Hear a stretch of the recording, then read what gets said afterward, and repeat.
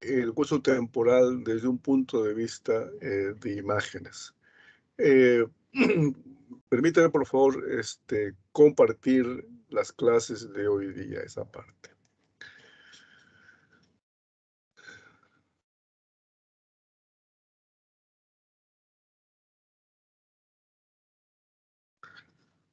¿Ya lo están viendo? Sí. Sí, doctor, se puede visualizar las PPTs. Ya. Muy bien, entonces vamos a ver, Bien, cualquier duda, con todo gusto, interrumpen, no hay problema en esa parte. Bien, hoy día vamos a revisar en relación a cómo estudiamos el cráneo y el hueso temporal mediante imágenes. A la fecha tenemos dos modalidades, ¿cierto? Básicamente es la radiografía y la tomografía. Eso es lo que se emplea bastante. Y es más, un poco como que ha sido desplazado la radiografía. Como ustedes ya han visto imágenes, la radiografía es una superposición de estructuras anatómicas, la radiografía. En cambio, la tomografía, como son cortes pequeñitos, nos permiten a nosotros tener una información con mayor detalle de la estructura ósea en esa parte. Y además, como comentamos con un grupo de ustedes, cuando uno quiere evaluar este hueso de nuestro sistema, independientemente de la parte ósea, el tomógrafo es el de primera elección. O sea, para hueso, si queremos evaluar, el tomógrafo es de primera elección en esa parte. Pero como en todo estudio de imágenes de cualquier sistema, es necesario recordar la estructura anatómica, digamos, referencial, ¿no? Por ejemplo, aquí tenemos el cráneo con sus diversas estructuras, huesos frontal, temporal, el hueso malar, el material superior, inferior. Esto es el cráneo, viendo la base del cráneo por la parte interna en esa parte. Entonces tenemos que esto recordar cómo se ve el cráneo, ¿cierto? La composición del cráneo, los huesos, las partes, eso tenemos que recordar. Para estudiar el cráneo tenemos a la fecha la radiografía y la tomografía. Aquí les muestro las imágenes de la radiografía, ¿no?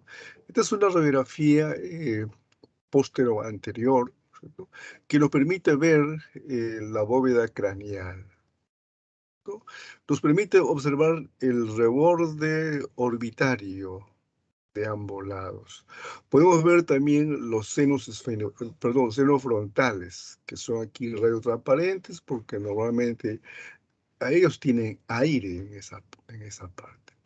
Pero también, además, en esta proyección, este es el borde del peñasco, el borde del peñasco. Y esta estructura tubular retroaparente corresponde al conducto auditivo interno. Y por supuesto, toda la parte inferior corresponde al macizo facial y en este caso se ve muy bien el maxilar inferior. Es decir, cuando tenemos una imagen nosotros, tenemos que tratar de lo posible de evaluar, analizar toda la imagen, porque tal vez el problema no está en la zona donde nos indicaron, pero de repente tiene otro problema en otra zona de la misma imagen. Entonces, eso es la intención en esa parte. Aquí le muestro otra forma de estudiar el cráneo, de lo que le llama la incidencia semiaxial, esa parte, ¿no? Igual la bóveda craneal, todo esto corresponde a la escama occipital. Esto corresponde al borde de los peñascos. Y aquí se ve esto corresponde a la estructura que corresponde al Doctor, conducto disculpe que lo auditivo. interrumpa. No se Perdón, está... sí, Sí, doctor, no se está viendo su imagen. ¿no se De... ve? No, parece que alguien más compartió pantalla y hemos perdido su presentación. ¿Puede corregir, por favor? ¿Qué me sugiere? ¿Qué me sugiere, por favor? Ah, no, pues, vuélvalo nada más a presentar, doctor, como hizo en Ya, un comienzo. Ajá, ya, gracias. listo, listo. No, más bien a usted. Gracias a usted. Ya, lo voy a presentar de nuevo, por favor, ¿ya? A ver, ¿qué ha pasado?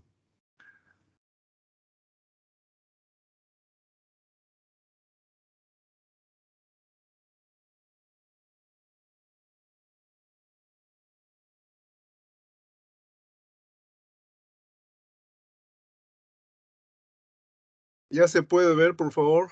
¿Me confirman? Sí, doctor. ¿Se corrigió?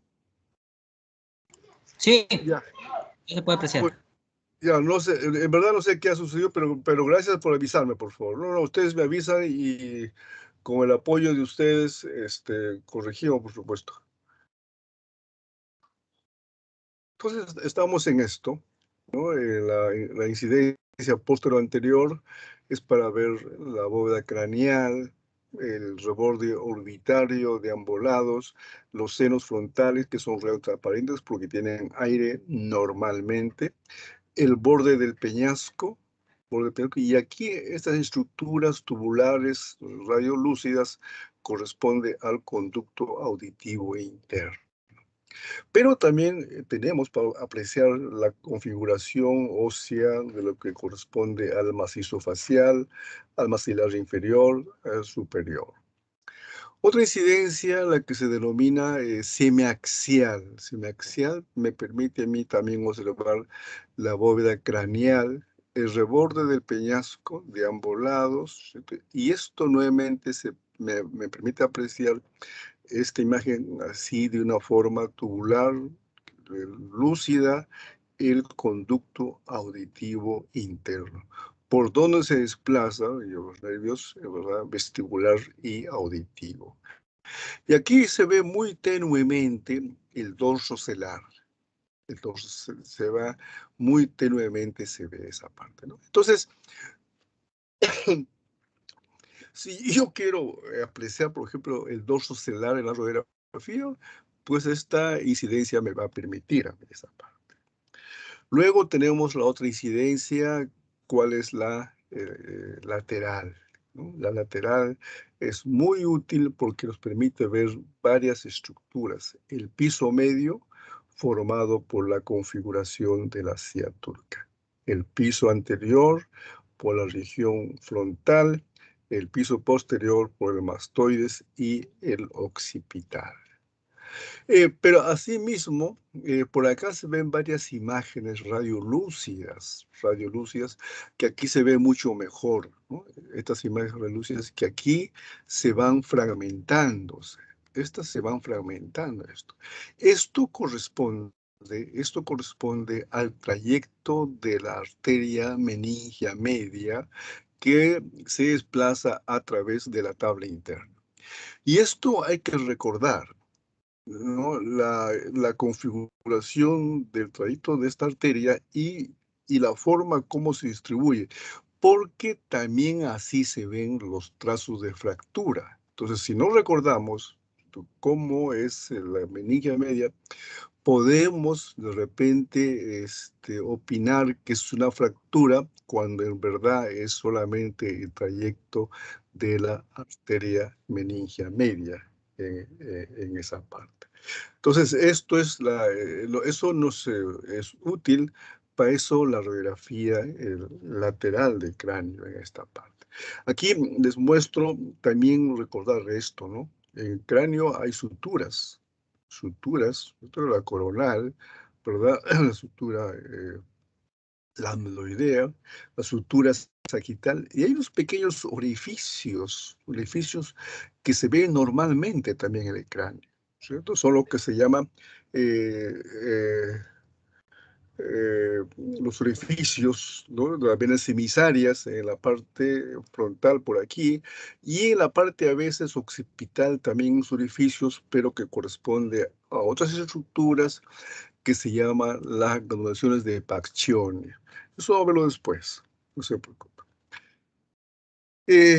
Para completar el estudio, también a veces cuando queremos ver si un paciente tiene un problema de un nervio craneal y queremos ver si ese problema se debe porque hay una lesión en el orificio de salida de ese nervio craneal, pues nos ayuda bastante, es la radiografía, la base de cráneo, también se llama HIRS, pero su apoyo es muy limitado.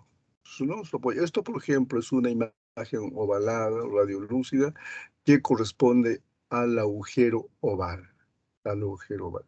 Los demás agujeros no es posible evaluar, por la que la radiografía tiene una resolución muy limitada. Pero en cambio, si queremos evaluar los orificios de los pares craneales que emergen de la base del cráneo, la tomografía sí. La tomografía nos muestra los diversos orificios, ¿cierto? Por ejemplo, este es el agujero oval, ¿cierto? Este es el agujero oval, ¿cierto? El conducto carotidio, ¿cierto? El rasgado posterior. Entonces, podemos nosotros hacer esto, ¿no? Si en caso necesitamos evaluar los orificios de los pares craneales, una tomografía. Una tomografía nos va a ayudar en esta parte de tomografía.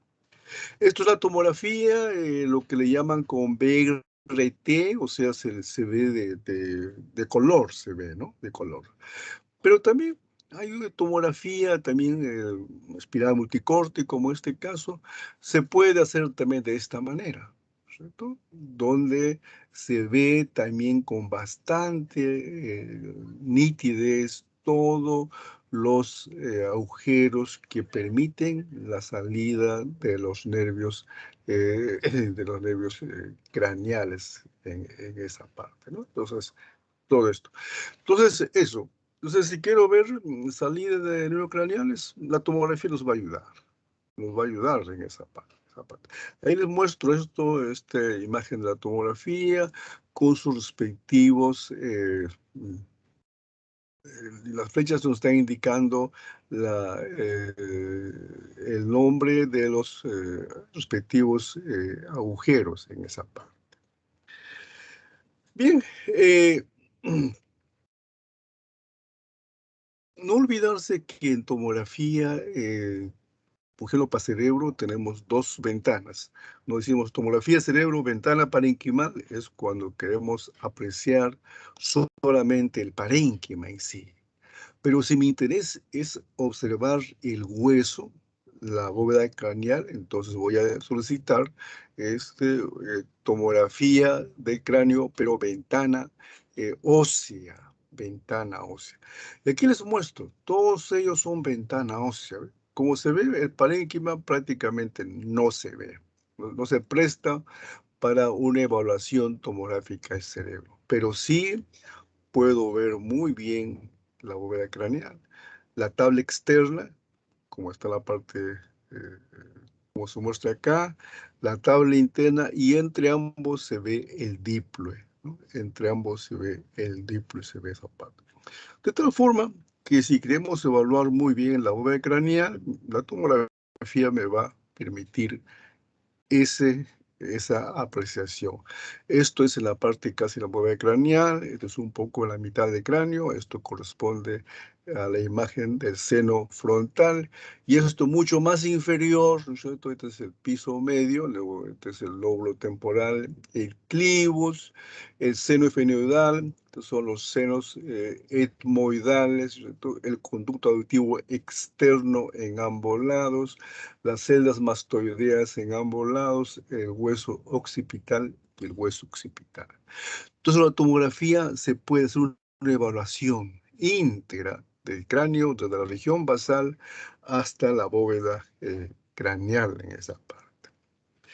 Pero además, en la tomografía podemos ver también la configuración, la conformación del cuero cabelludo.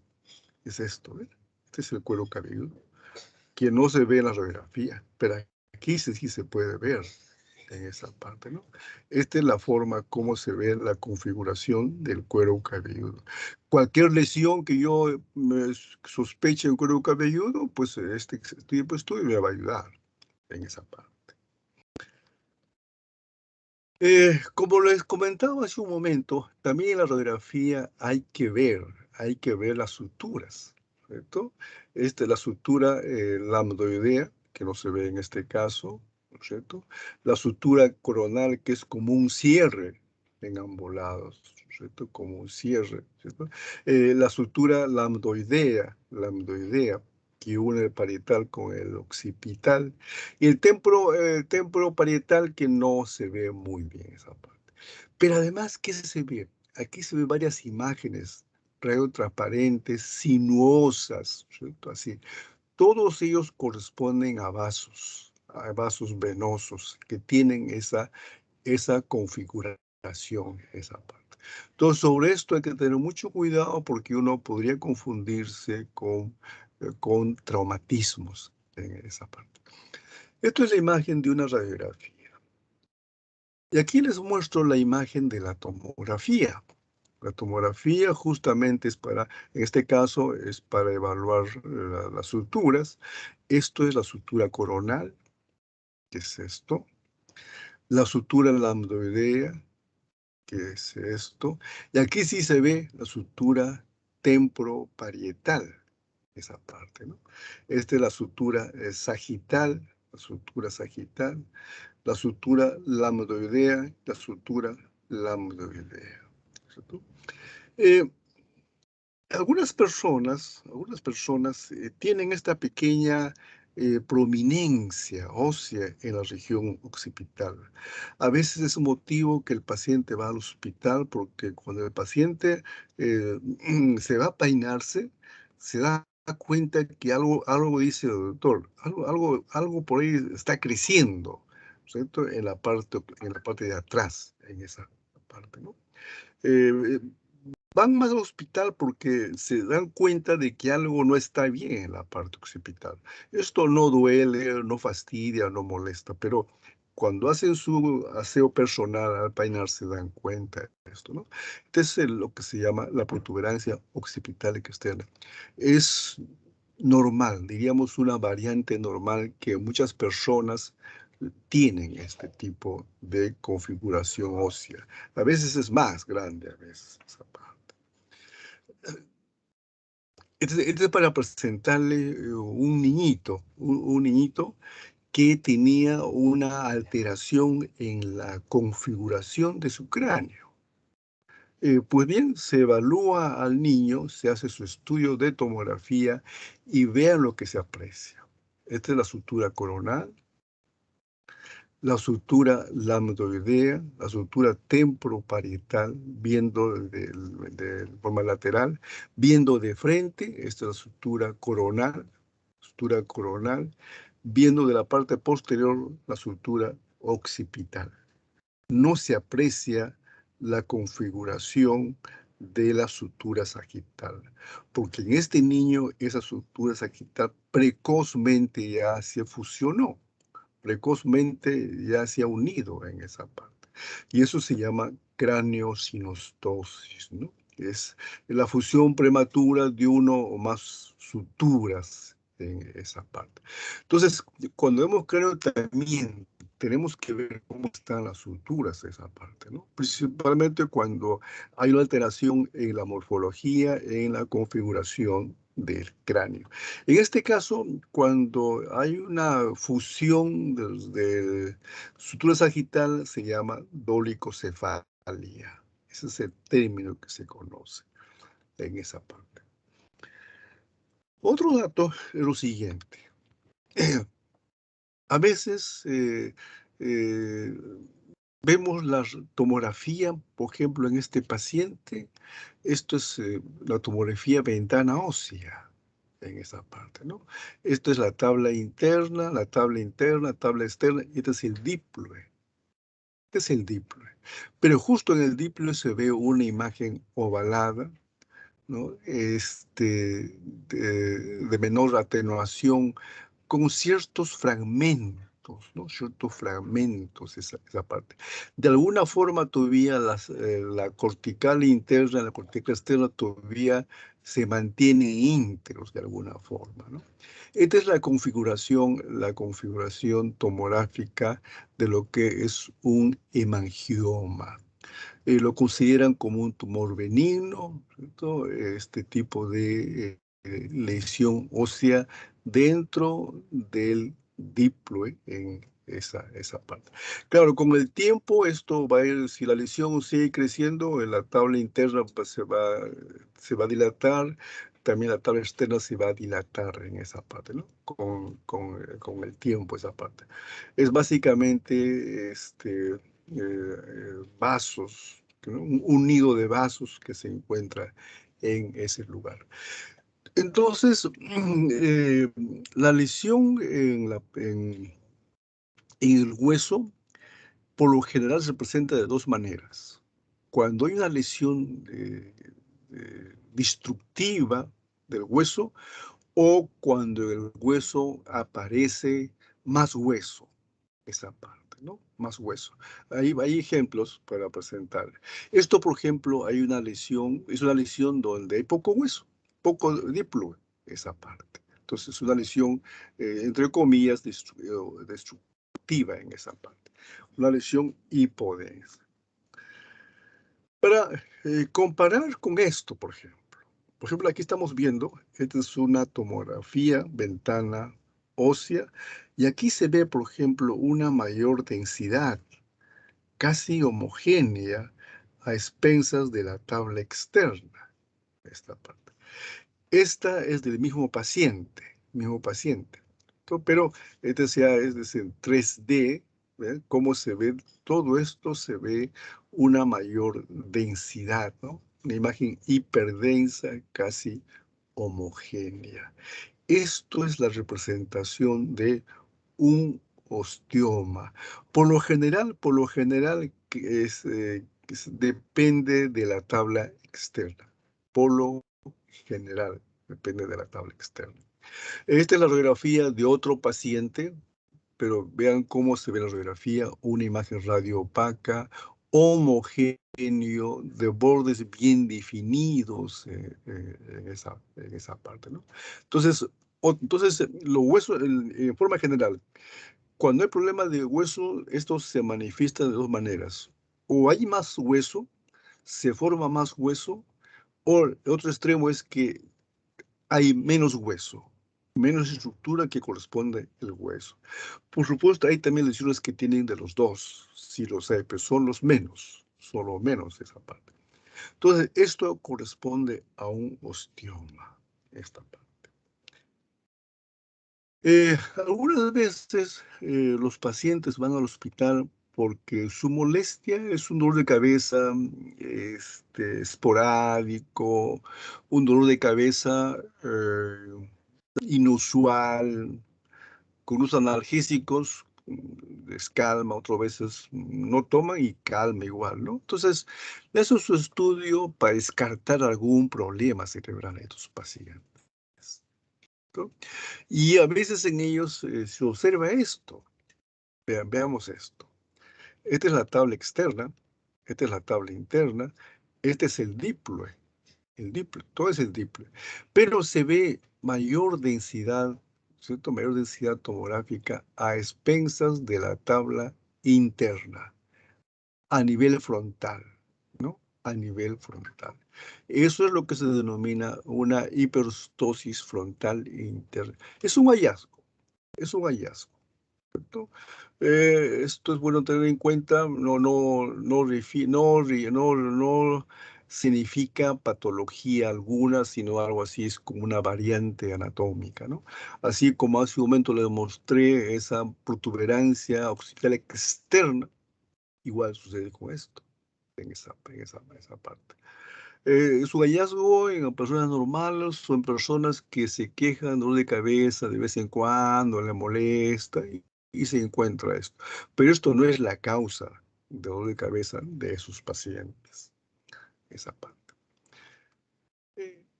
A veces puede esto presentarse. Se hace un estudio de radiografía a un paciente que tiene síntomas neurológicos y se ve la tabla interna, tabla externa no está claro, pero aquí se ve una imagen hiperradioopaca, casi homogénea, se ve, como si fuese un osteoma, se ve acá. Pero recuerden que el osteoma depende más de la tabla externa. En cambio, en este caso, esta imagen no, también está comprometiendo la tabla interna. Esta forma de presentación que se puede observar en la radiografía, ¿cierto? Es lo que cuando es así, en este caso radioopaco, es lo que se llama una reacción osteoblástica. El término de osteoblástica está asociado cuando se refiere como causa de esa lesión un tumor, sea primario o sea metastásico, ¿cierto? Este es de un paciente. Este es otro paciente, le hacen su estudio de tomografía, ventana parenquimal, porque se ve el cerebro, le ponen al paciente de contraste, se ve esta lesión. Una lesión ovalada, hiperdenso, que capta el contraste. Y si aquí vemos, por ejemplo, el grosor de este hueso frontal es levemente menor que esto. Aquí el grosor está un poquito más incrementado de amplitud en esta parte. Le hacen al paciente su ventana ósea y vean esto, ¿no? Este es el hueso frontal del lado sano y aquí está el frontal adyacente a la lesión. Esta es la imagen hiperdensa que corresponde a la reacción osteoblástica.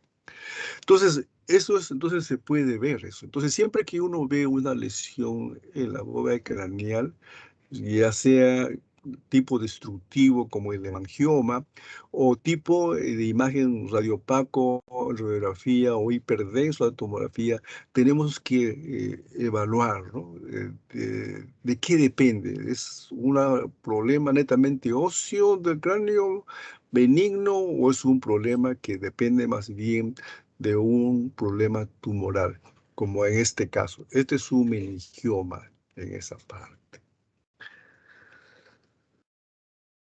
Bueno, indudablemente cuando tenemos un traumatismo craneal, el que va a dar mayor información es la tomografía.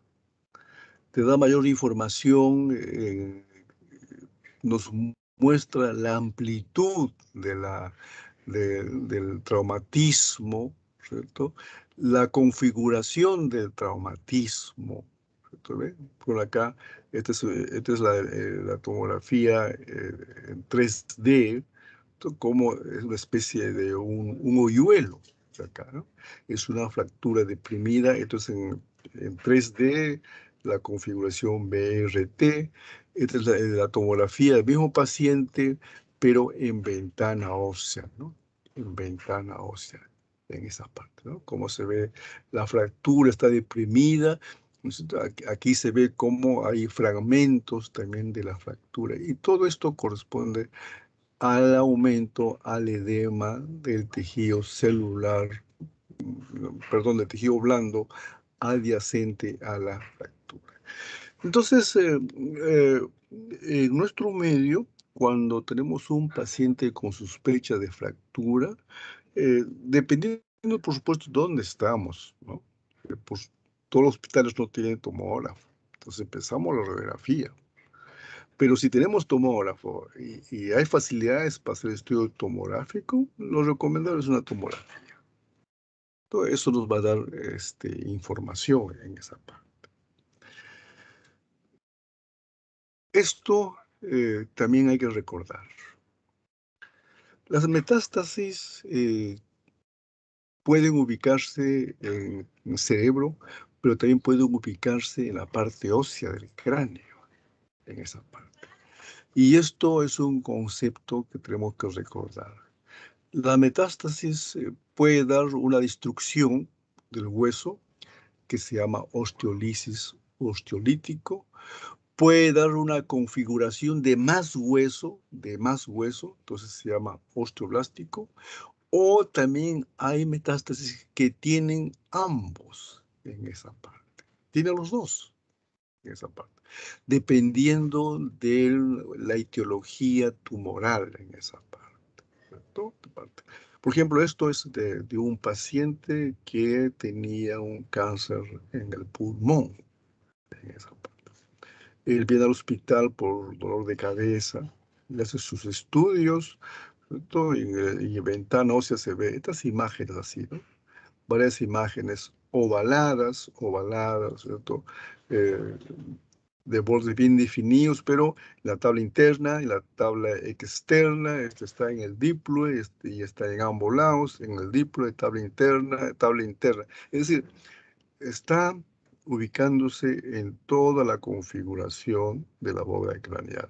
Pero como es destructivo, se llama osteolisis en esa parte. ¿Cierto? Osteolisis. Y esto es otro paciente. Esto les muestro por lo siguiente. Es una tomografía de un paciente, ventana parenquimal.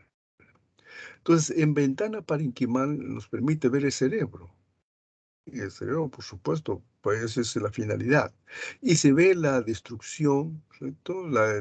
Se ve alterado la configuración tanto de la tabla interna, de la tabla externa y del diploide, esa parte. Si uno ve esta imagen, podríamos todavía pensar que hay algo de hueso, ¿no? Pero cuando hacemos la ventana parenquimal de este paciente, ¿cierto? Prácticamente casi como que ya hay hueso en este paciente. Por eso, cuando sospechamos una lesión ósea, tomografía ventana ósea. Eso nos va a dar una mayor información en esa parte. Pero también parenquimal, porque hay que también estudiar en si el paciente tiene o no una lesión en el cerebro, cómo se ve en este caso, en esta parte, ¿no? Entonces, eso es lo que tenemos que estudiar, Zapata. Otros ejemplos. Esto, por ejemplo, es de un paciente que muestra unas imágenes hipodensas en el diploide y también comprometiendo de alguna forma ya la tabla. Pero no tiene esa parte trabecular, no tiene esa parte eh, como unas imágenes hiperdensas que se mostró cuando vimos el hemangioma. Esto es más bien hipodenso, casi homogéneo, imagen osteolítica, esa parte. O es otro paciente donde se ven varias imágenes, ¿no? Radiolúcidas de diverso tamaño, algunos inclusive, esto por ejemplo ya es bastante grande, como que si estuviese aquí ya habría una aglomeración de varias de esas imágenes, se ven varias esa parte, ¿no? Estas son las imágenes que corresponden a aquellos pacientes que tienen mieloma, es decir, hay una lesión, un tumor a expensas de las células plasmáticas. Es esto, esa parte. Entonces, en el cráneo hay varias imágenes hipodensas, varias imágenes también radiolúcidas que tenemos que tener en cuenta a qué patología podría corresponder. Pero de manera inicial, primero las imágenes describimos. Ubicamos si está ubicado el cortical externo, interno, o está ubicado el diploide, en ambos. Una vez que ya hemos hecho la definición, decimos, esto es una imagen osteolítica, o sea, destructiva, o es una imagen osteoblástica o formación de hueso. Y luego, según el cuadro clínico, ya planteamos qué cosa podría ser en esa parte. Al final esto termina en biopsia. Es la biopsia quien al final va a dar el diagnóstico definitivo. Pero podemos sugerir, ¿no?, qué patología es lo que se ve en esta parte. A veces también los pacientes llegan al hospital porque, igual que en el caso anterior de la exostosis, de la protuberancia occipital externa, también se dan cuenta que al hacerse el aseo personal, notan, uno dice, doctor, no sé, tengo un bultito en la cabeza. Y ese bultito me fastidia, por supuesto, ¿no? Me molesta ese bultito en esa parte. Entonces, pero el paciente va porque ya ha notado, y el médico, que es acucioso, pues le examina y se da cuenta que efectivamente en el cráneo hay una pequeña deformación, hay una pequeña prominencia, no es dura, más bien es blando. Pues bien, le dice, muy bien, hagamos una tomografía, ¿cierto? Porque estoy palpando que la lesión es en tejidos blandos y recuerdo que la tomografía me va a dar información sobre tejidos blandos en esa parte. Esto es la tomografía del paciente en ventana parenquimal. Se ve el cerebro acá, esa parte. La parte ósea, como es ventana parenquimal, la parte ósea se ve tanto occipital, perdón, se ve tanto tabla externa, interna y diploide casi homogéneos. Y aquí se ve una imagen hipodenso. Se ve una imagen hipodenso acá, que de alguna forma está cerca a la tabla externa en esa parte. Le hacen a la paciente su estudio de ventana ósea y ahí se ve. Esto es la imagen que se muestra esa parte ahí. Hipodenso. Todo esto corresponde a parte del cuero cabelludo del paciente. Esto corresponde a una imagen hipodensa, ovalada, que también ya me está alterando, ¿no? Me está alterando, me está erosionando la tabla externa en este paciente, ¿no? Entonces, le piden este estudio y se ve esta imagen, esta parte. Cuando ustedes ven imagen hipodensa en tomografía, es bueno siempre comparar. Esto, por ejemplo, ¿no?, es el líquido cefalorraquídeo y es hipodenso. Es imagen hipodenso, pero es líquido. Este es también hipodenso. Entonces, la pregunta sería, ¿esto y esto es líquido?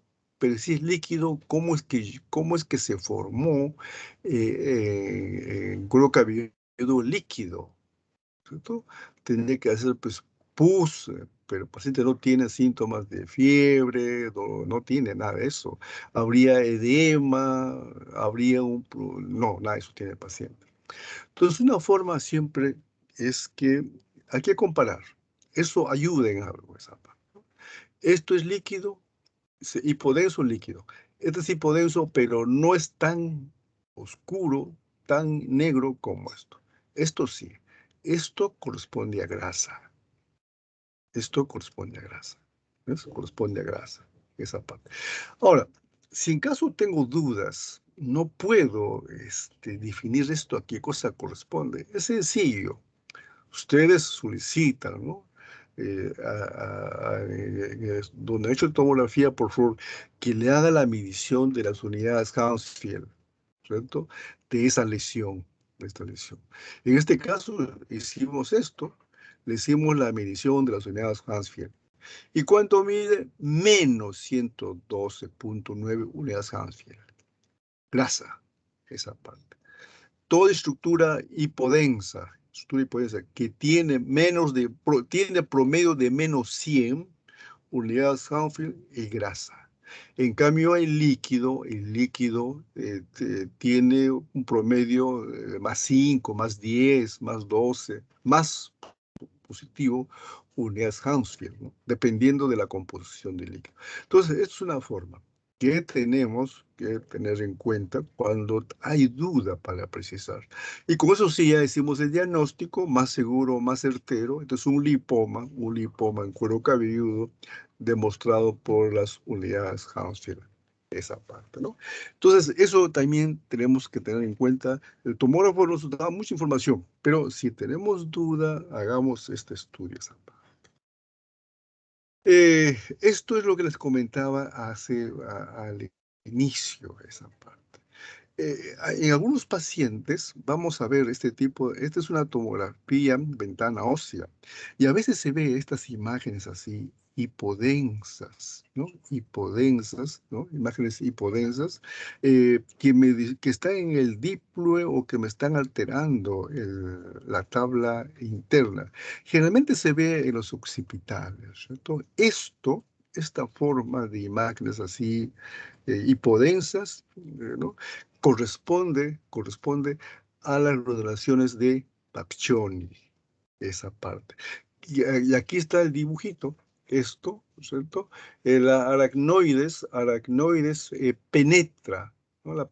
Como esto está en constante latido, penetra y va alterando la configuración, rompe la resistencia de la tabla interna y llega hasta el diple y se queda de esa configuración. Por supuesto, es normal y el paciente no tiene ninguna sintomatología, ¿cierto?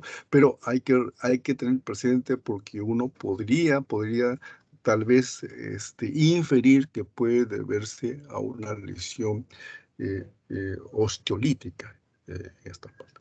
Eso tenemos que tener en cuenta, ¿no? Esos son elementos que se encuentran en esa parte, pero son normales en esta parte. La otra parte es cuando es para estudiar el macizo facial. El macizo facial generalmente lo estudiamos cuando el paciente tiene fracturas o cuando el paciente va al hospital y al evaluar se dan cuenta que hay una asimetría entre la cara derecha y la cara izquierda. Hay una asimetría a veces en esa parte. Lo recomendable es de frente una tomografía. Eso es lo recomendable, pero como hace un momento los mencioné, todo depende de dónde nos encontramos, ¿cierto? Y aquí, bueno, pero radiografía sí creo que hay en todos los hospitales. Entonces, por ahí podemos empezar, ¿cierto? Si usted tiene un paciente con problemas en el macizo facial, a excepción del trauma, ¿cierto? Le piden alguna radiografía, ¿cierto? Eh, Hay dos formas, lo que le llaman la anteroposterior y le llaman la posteroanterior. ¿De qué depende, no? ¿De qué depende? ¿Por qué le tengo que pedir un anteroposterior y por qué un posteroanterior? ¿Cierto? ¿Por qué? Ya ustedes recuerdan el concepto, ¿no?, inicial, ¿no? Eh, la estructura anatómica de una persona que está cerca a la placa, se va a verse mucho mejor en relación a la estructura anatómica que está lejos de la placa. Entonces, se ve mucho mejor, se ve esa parte, ¿no? Por eso que cuando hemos estudiado, por ejemplo, corazón grande de vasos en la radiografía, el paciente se pega a la radiografía, se pega. O sea, la parte delante del paciente se pega a la radiografía, porque ahí está el corazón. Entonces, al tomar la radiografía, se va a verse una silueta cardíaca del paciente con buena configuración y el tamaño que le corresponde. Pero si yo hago la radiografía de forma opuesta, o sea, pego la región dorsal a la placa para tomar radiografía de corazón, igual sí sale a tomar el corazón, pero ya sale una configuración un poquito borrosa y no refleja el tamaño real de ese corazón. Entonces, eso también tenemos que recordar en esa parte. Entonces, esto, por ejemplo, es anterior inferior y esto es posterior inferior.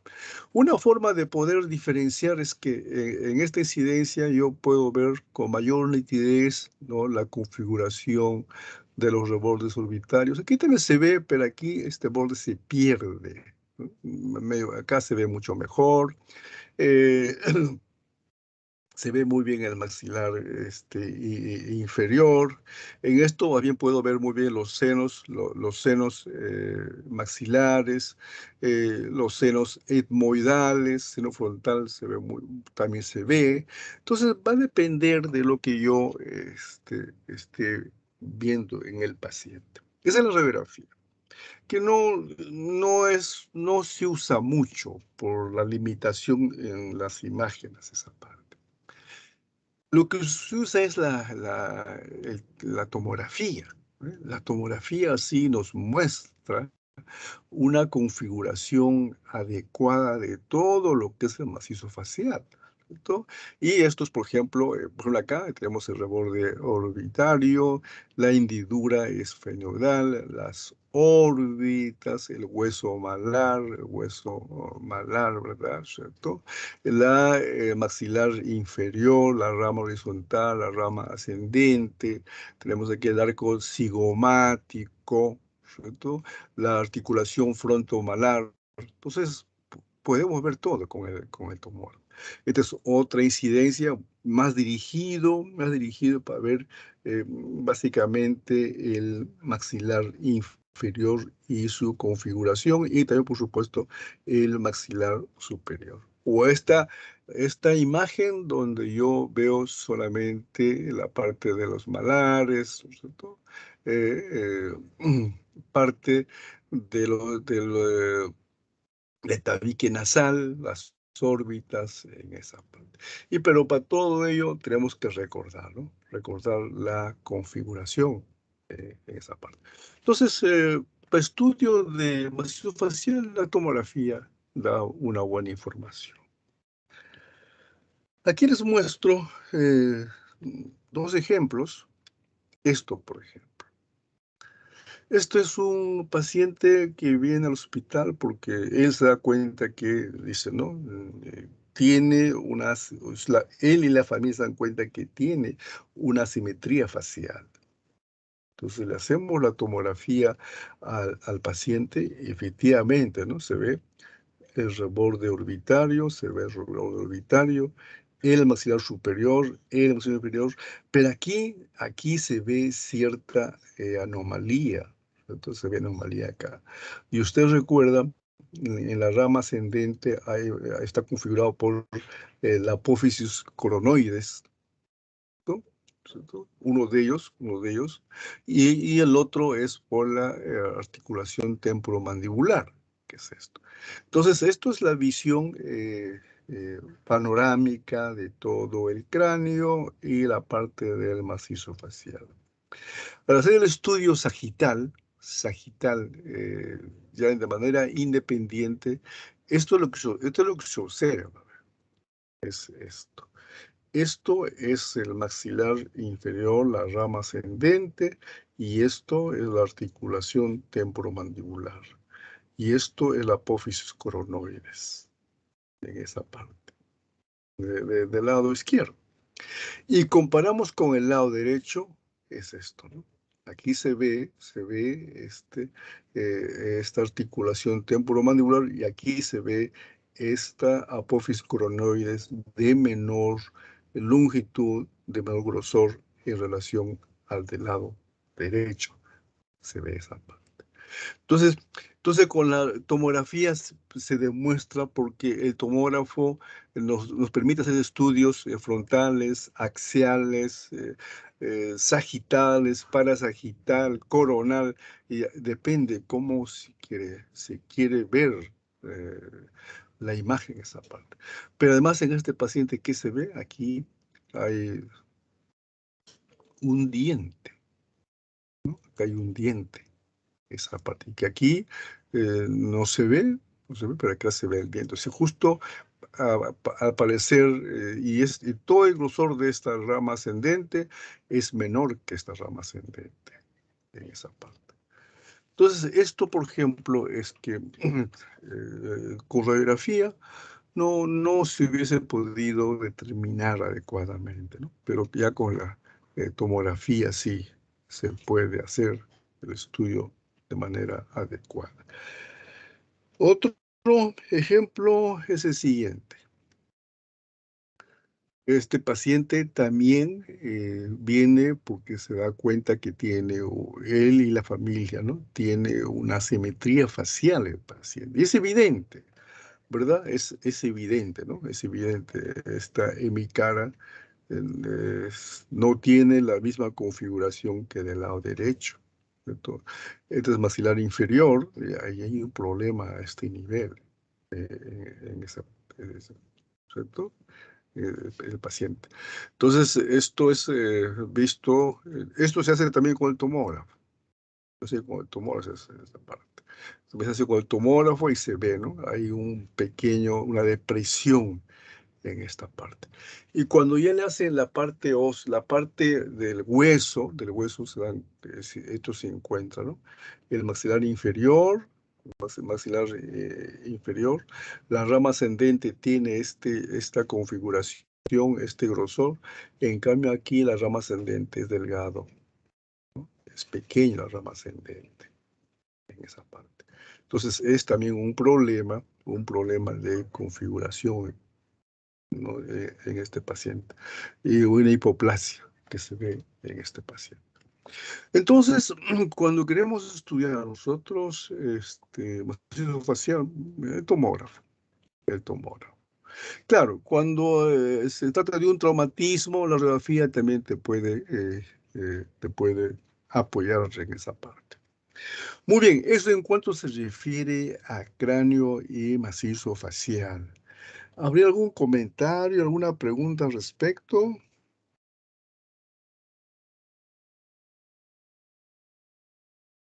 Bien, pasemos al otro tema que nos corresponde, al hueso temporal. Pero un favor, vamos a hacer por favor un break, por favor, de 10 minutos. ¿De acuerdo? Por favor, nos reunimos, por favor, de aquí en 10 minutos. ¿De acuerdo? Por favor. Ya, doctor, no hay ningún problema. Está bien.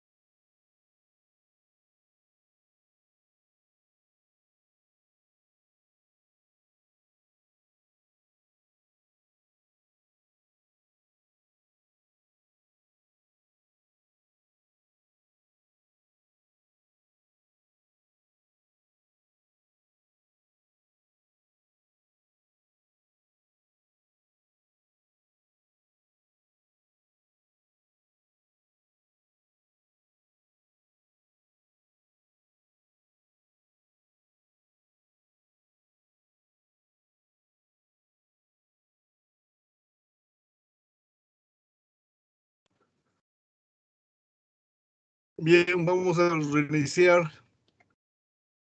¿De acuerdo? Sí, Correcto. ya, listo.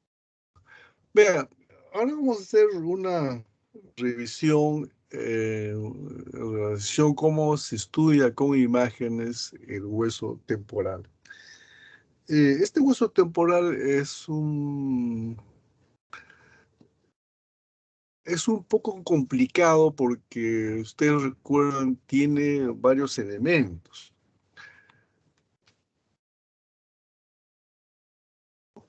Está configurado por la parte hueso escamoso, por el hueso del tímpano, por las sedas mastoides y la porción petrosa. Entonces, todo eso configura el hueso temporal en esa parte. Entonces, eso un poco que dificulta a veces en la parte ósea.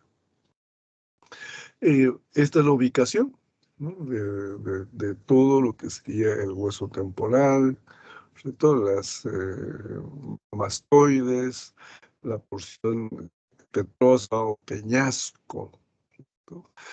Y además tenemos que recordar ya la estructura interna. Esto corresponde al pabellón auricular, el conducto auditivo externo, y ahí está el tímpano. Y aquí están en el oído medio está principalmente la cadena de huesecillos en esa parte. Y en el oído interno, pues está la cóclea y los conductos semicirculares y parte del nervio vestibular y acústico en esa parte.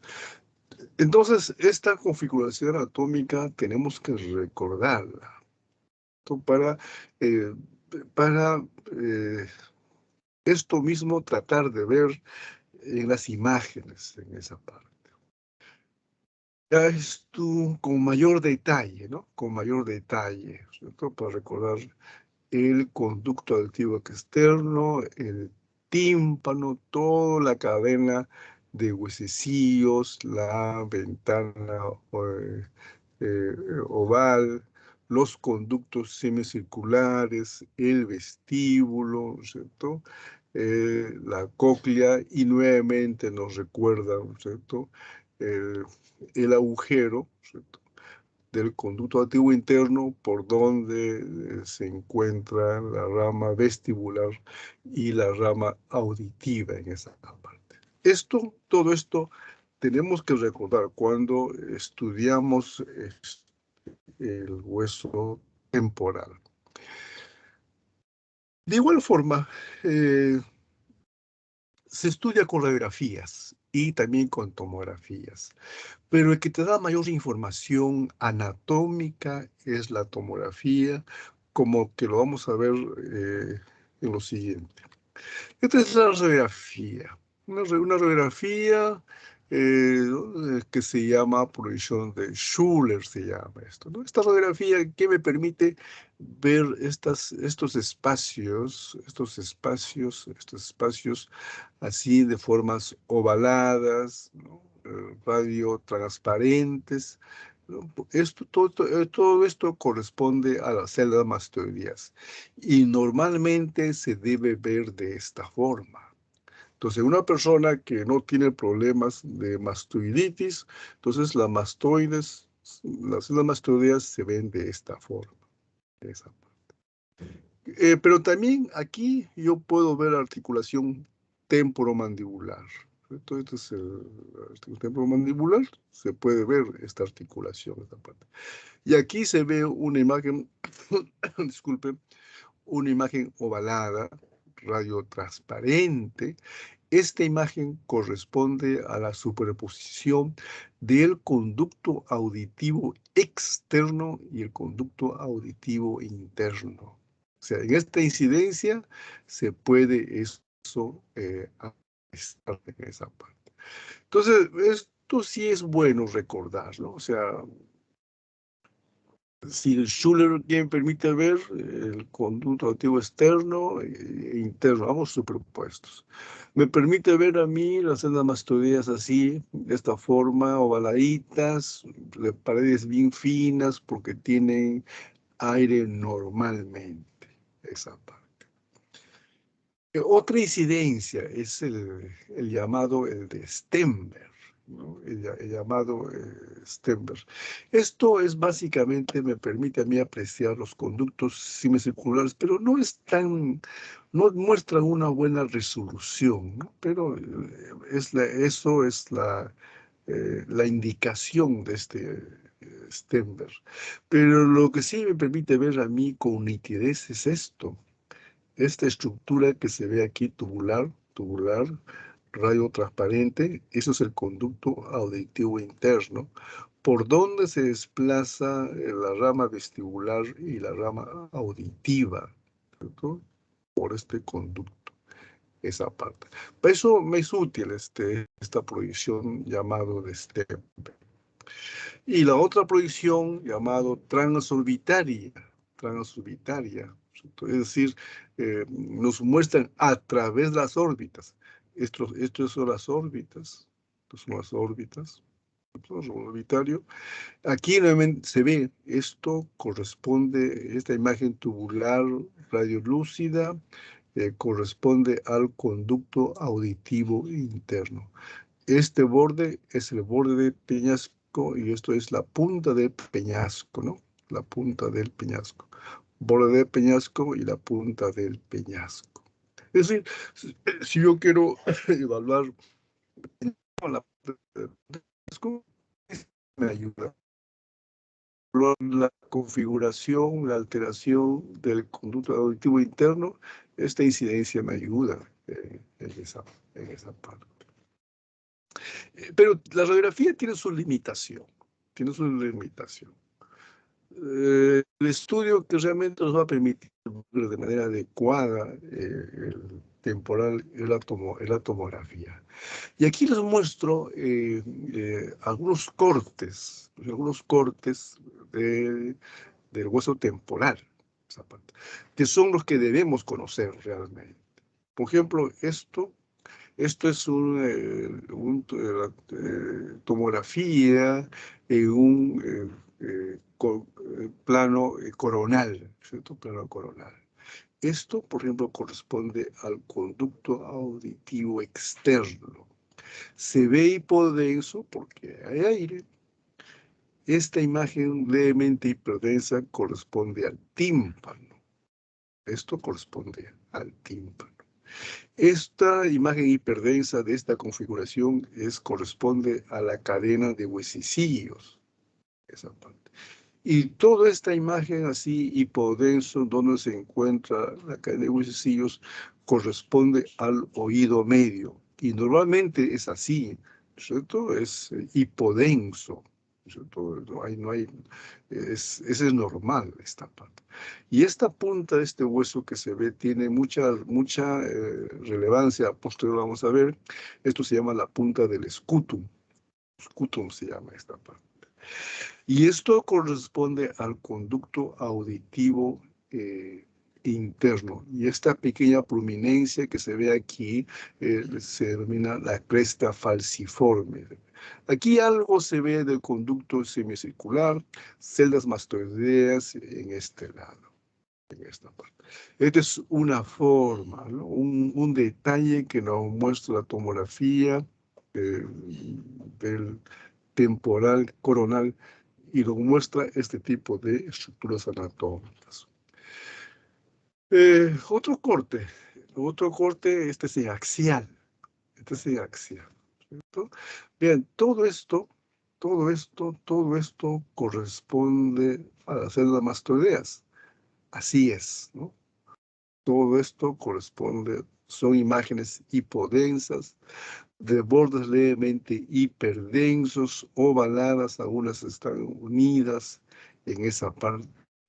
Pero eso es normal, porque normalmente hay aire y el aire es hipodenso en esa parte, ¿no? Aquí algo se ve del conducto semicircular, pero aquí es básicamente para ver la configuración, cómo se ven las celdas mastoideas. Así se ve esta parte, ¿no? Les recuerdo que para ver patología hay que recordar cómo es lo normal, o si no comparar en esta parte. Otro estudio axial, ¿no? Aquí estamos viendo en ambos lados. Celdas mastoideas,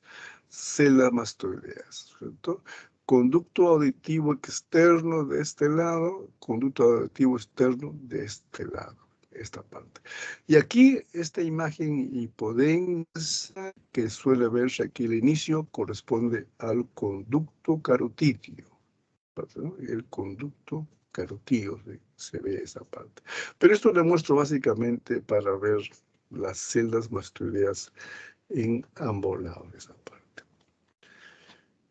Igual es un corte axial, ¿no es cierto? Ya esto hemos visto hace un momento, pues nuevamente para que se nos quede, celdas mastoideas es de esta forma, hipodensos, de bordes ovalados, el conducto auditivo externo, y aquí es además para mostrarle la trompa de Eustaquio, que también es hipodenso, esa parte, ¿no? La trompa de Eustaquio hipodenso, esto es el conducto auditivo externo,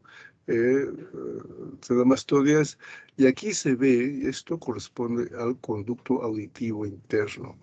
Comparemos en ambos lados, esto es el conducto auditivo interno y esto también corresponde al conducto auditivo interno.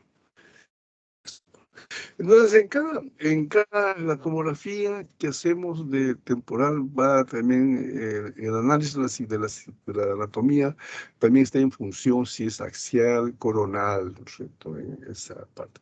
Generalmente hacemos axial y coronal. Sagital, cuando el caso lo requiera, se puede hacer esa parte. Otro es un corte coronal, ¿no? Para ver, por ejemplo, acá, esto corresponde al conducto auditivo externo. El oído medio, como que debe ser así libre, ¿no? Libre esa parte, lleno de aire. La cadena de huesecillos, esto es parte del tímpano, que no se ve en su extensión. Esto es la cóclea de caracol, ¿no? Se ve de esta forma, se ve esa parte. Es otra forma también de ver esta parte.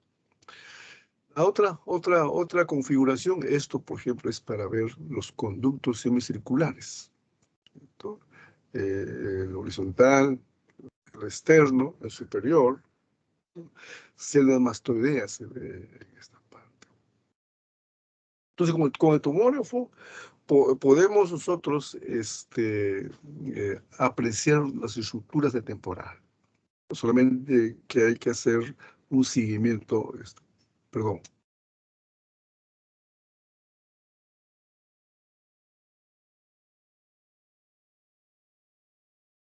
Disculpe. Entonces, se hace un seguimiento, ¿no?, de los cortes tomográficos y se puede identificar parte por parte. Por supuesto, requiere paciencia, pero hay que hacerlo, hay que hacerlo. Otro, aquí les muestro un corte axial, Esto corresponde al peñasco, ¿cierto? Al peñasco. Esto corresponde al conducto auditivo interno. Este es el visto peñasco con toda su extensión, conducto auditivo interno, celdas mastoideas. Pero aquí les muestro también una variante que puede encontrarse en los peñascos. Esto, por ejemplo, es el peñasco, igual que esto es el peñasco. Pero acá hay una diferencia. Este es el peñasco del lado izquierdo, del lado derecho, y aquí se ve una imagen ovalada, ¿cierto? Pero es una variante anatómica, una imagen llena de aire. Es normal esa parte, ¿no? Entonces uno tiene eso que tener presente porque uno podría, si no recuerda esto, uno podría decir que es una lesión destructiva, una lesión osteolítica en esa parte. Pero está también en función de lo que el paciente presenta. Si el paciente no tiene ninguna clínica de peñascos a ese nivel, entonces esto es una variante anatómica normal. Esa parte. Esto corresponde al conducto auditivo interno, al conducto auditivo interno. Otra variante, ¿no? Otra variante es, esto es el conducto auditivo externo, el externo, el peñasco. El peñasco, el clivus. Esto sí es uniforme. Aquí no hay neumatización tal y conforme se muestra en esta imagen. Cuando se estudia el peñasco, esto es el clivus, igual que esto, pero ahí se muestra ya una imagen ya así hipodensas, ¿no? Bastante amplias, de bordes irregulares, se muestra, ¿no? Como que podría deberse a una lesión destructiva a ese nivel. No, pero corresponde a peñascos que han sido, que en este paciente están neumatizados en esa parte. Entonces, es como siempre en cráneo, ¿no? Hay personas que tienen una perturbación externa, en este caso también hay alteración de los peñascos. Son variantes anatómicas que puede tener algunas personas. Entonces, antes de etiquetar como que si fuese una lesión, tenemos que revisar bien las imágenes y saber de qué paciente se trata en esta parte.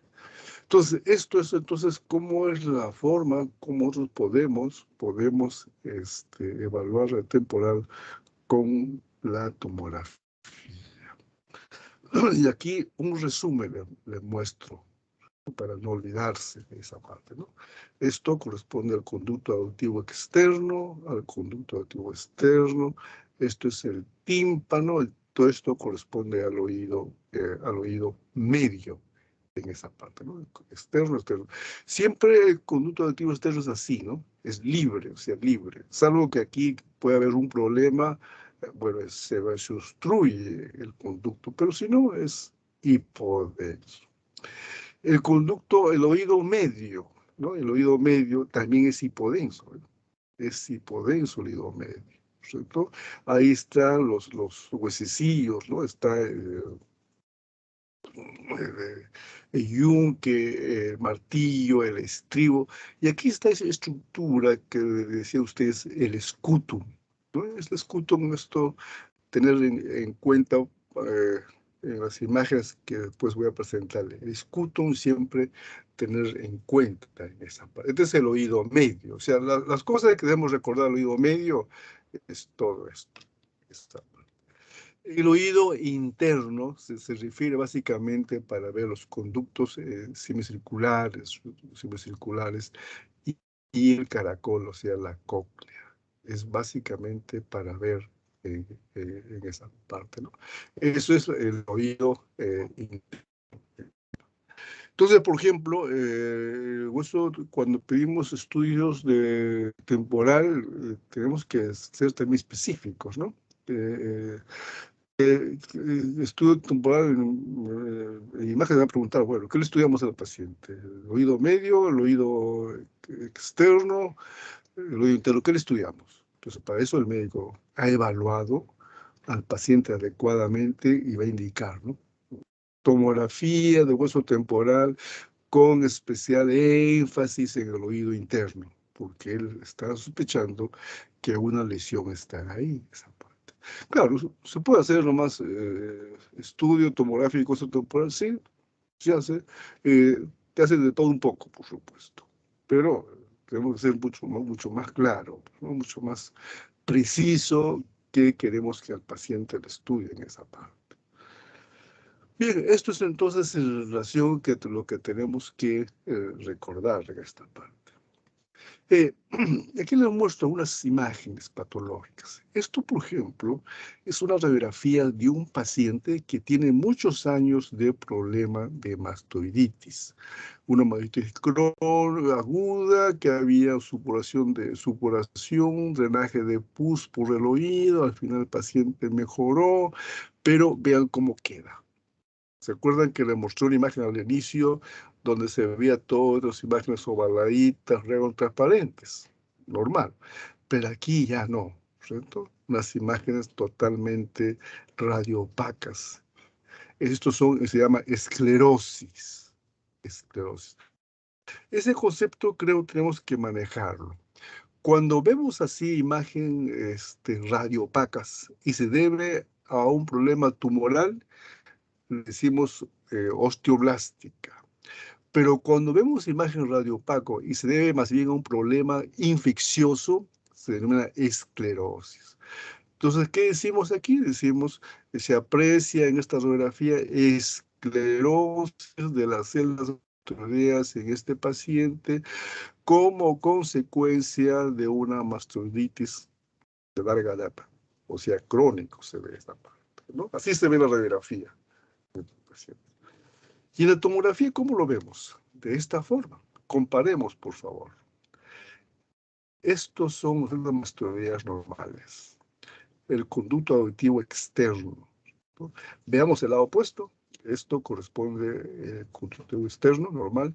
Y comparemos estas celdas mastoideas de este lado con este lado. Aquí se ven hipodensas porque están llenos de aire, pero aquí no, se han reducido, son pequeños y más bien se ven más bien hiperdensos, hiperdensos. Como también corresponden a un proceso inflamatorio crónico, esclerosis. Esclerosis de células mastoideas de este lado en relación a un proceso infeccioso crónico de las mastoides. Esta es la patología más frecuente que se ve en nuestro medio. Los pacientes consultan, ¿no?, problemas ópticos y la mayoría de ellos se detecta este problema. Esto es viendo de manera axial. Y si uno lo ve de manera coronal, ve acá. Esto corresponde al conducto auditivo externo, el oído medio libre, como que debe ser, libre como que debe ser. Las células mastoideas también libres, hipodensas, ovaladas, pero en este lado, conducto externo normal, oído medio libre, pero las células mastoideas reducidos de tamaño, de volumen y escleróticas.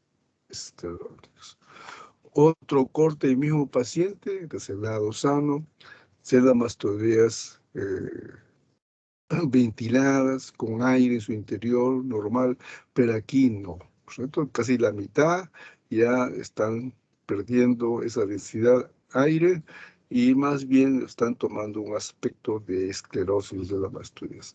Mastoiditis crónica tiene este paciente, solamente mastoides nomás, ¿no? No está comprometiendo el oído medio, esa parte. Pero en este ejemplo veamos a ver. Esto, por ejemplo, es el conducto auditivo externo. El conducto auditivo externo. El conducto auditivo externo, pero es el oído medio. En el oído medio se encuentra una imagen isodensa, ¿no? No te deja ver la cadena de huesecillos, ¿no? Otro corte, el conducto auditivo externo, el oído medio, no estás viendo la cadena de huesecillos. No lo ves, esa parte. Esto es en coronal. Esto es en el axial, igual. Conducto auditivo externo, oído medio, se ve esta imagen, isodensa. Hay una destrucción del oído medio. Y el escutum, que debe ser como una punta, aquí termina con una especie de borde rombo. Entonces, en este caso se llama mastoiditis, ¿no?, porque está disminuido la mastoides acá, pero como también hay problemas del oído medio, le llaman otomastoiditis. Oído medio, mastoiditis, ¿por qué? Porque también está comprometido la mastoidea de este lado. Otomastoiditis, esa parte. ¿no? Entonces, por ejemplo, con la radiografía se podía ver más la mastoides, oído medio como si no se ve. Pero la tomografía sí te permite ver el oído medio y también te permite ver eh, las mastoides, como se ve en este caso, en esta parte.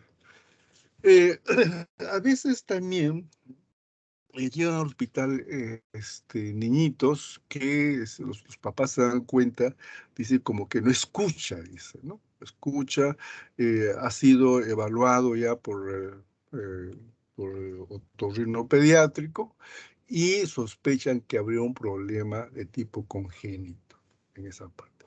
En este caso que les presento, que esto es el conducto auditivo externo, de este lado, y aquí no se ve conducto auditivo externo en este lado, ¿cierto? Y eso se llama atresia del conducto auditivo. Esto es un estudio coronal, conducto auditivo externo, ¿no? Y de este lado sano, el del lado enfermo no se ve, ¿no? Falta una porción, un estrecho, no se ve el conducto auditivo externo. Pero sí se ve, pero sin embargo el oído medio está con bastante aire, ¿verdad? Está muy bien esa parte. Más bien en este lado, el oído medio tiene una imagen de decía, hay un problema inflamatorio en este nivel. Aquí habría una otitis, ¿no? En este lado, donde está el conducto auditivo externo normal, pero donde el conducto auditivo externo no se ve, el oído medio está bien. Entonces la pregunta sería entonces, ¿cómo es que llega el aire al oído medio si aquí no hay un trayecto? ¿No? Ustedes recuerden que todos tenemos la trompa de Eustaquio. A través de la trompa de Eustaquio llega el aire al oído medio en esa parte, ¿cierto? Al oído medio en esa parte. Esta es de una referencia bibliográfica, ¿no? Donde también nos muestra, ¿no? El conducto auditivo externo normal, el oído medio normal,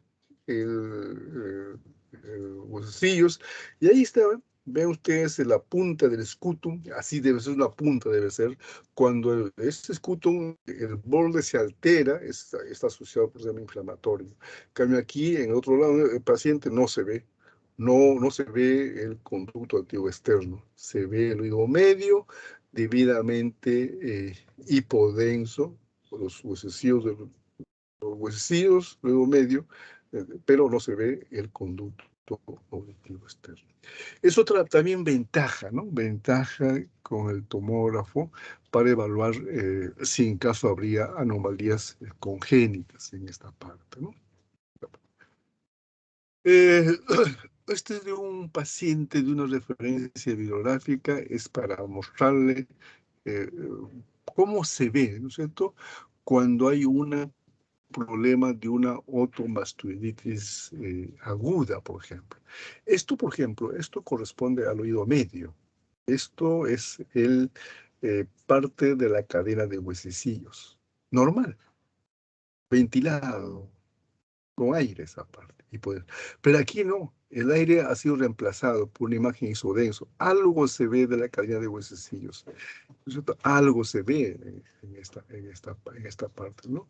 Todo esto corresponde al conducto auditivo externo, no se ve muy bien, ¿cierto? El escutum está normal en este caso. En la parte aguda, en agudo el escutum es normal, pero cuando ya es crónico, el escutum se destruye en esa parte. Y todo esto corresponde, es el oído medio que está lleno de detritos, líquido inflamatorio, bacterias, esto se encuentra en esa parte, ¿no? Entonces, esto es la forma como se puede ver, ¿no es cierto?, en la otomastoiditis aguda, otomastoiditis crónica. De alguna forma, la configuración del escutum te orienta si es agudo crónico por imágenes, ¿verdad? Pero la orientación más práctica es la clínica, ¿verdad? Si tengo un problema óptico desde hace pocos días es agudo. Si tengo un problema óptico desde hace meses, eso ya es agudo, es crónico esa parte, ¿no? Entonces las imágenes siempre es en función del cuadro clínico del paciente. a veces el paciente no escucha, ¿no? Siente el paciente un zumbido, algo que le molesta, que le fastidia en el oído, y le hacen su estudio de tomografía y se puede apreciar esto. Una imagen así, isodenso, ¿no? De una configuración heterodensa. Esto corresponde a cerumen, ¿no? Un acúmulo de cerumen que está puesto ahí, esa parte. Ahora, la indicación no es que sea tomografía para ver si tiene o tiene cerumen, no, eso no es la indicación, esa parte, no, no, eso no es.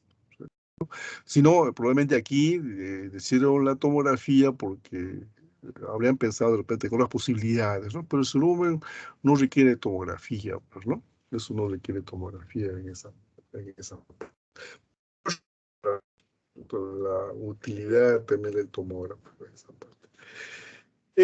A veces hay pacientes que también llegan al hospital por un problema del oído medio, y hay un compromiso, ¿no? Del oído medio.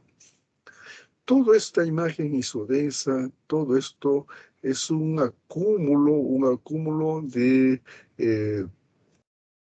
tejido epitelial escamoso, de queratina, de bacterias, de lípidos, entre ellos el colesterol, y toda esa configuración, por supuesto, después de la operación, nos brinda el diagnóstico de colesteatoma.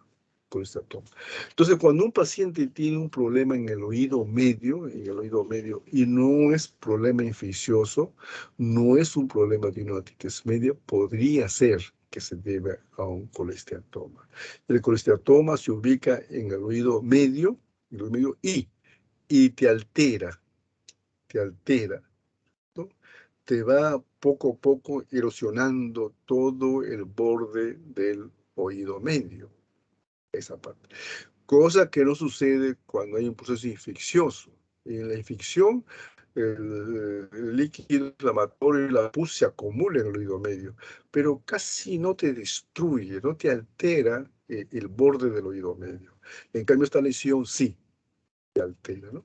Entonces, es una forma de poder diferenciar en esa parte. Pero el problema que más se presenta cuando vemos patología de temporal es cuando el paciente tiene problema infeccioso. Ese es el problema número uno en esa parte. Y para ello tenemos que recordar, ¿no? Recordar cómo se identifican las partes del temporal usando la tomografía. Y para ello aquí les muestro esto para que ustedes puedan hacer la correlación de manera adecuada en la tomografía, esta parte. Y eso es una imagen, y aquí hay otra imagen también para hacer la correlación, esa parte. Muy bien, eso es lo que con ustedes hoy día quería compartir. Si habría alguna pregunta, algún comentario, con todo gusto en esa parte.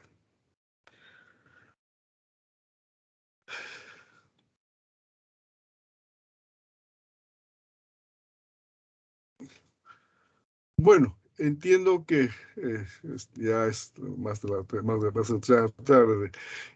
Más bien, como señor delegado, qué, ¿cómo subo? ¿Dónde voy a subir las clases teóricas, por favor? Me indica, por favor, esa parte. Doctor, ¿me las puede pasar a mí Hola. directamente? ¿Sí me escucha? Sí, le escucho. Dime. Sí le escucho.